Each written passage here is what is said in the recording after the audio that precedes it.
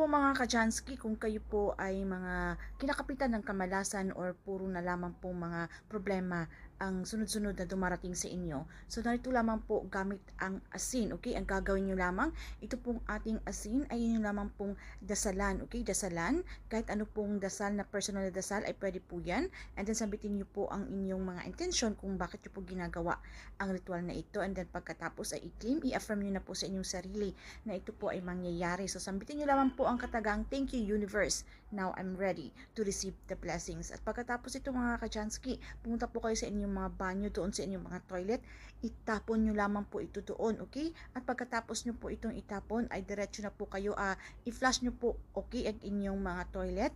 And then pagkatapos ay diretso na po kayo palabas, wala pong lingon likod, alright?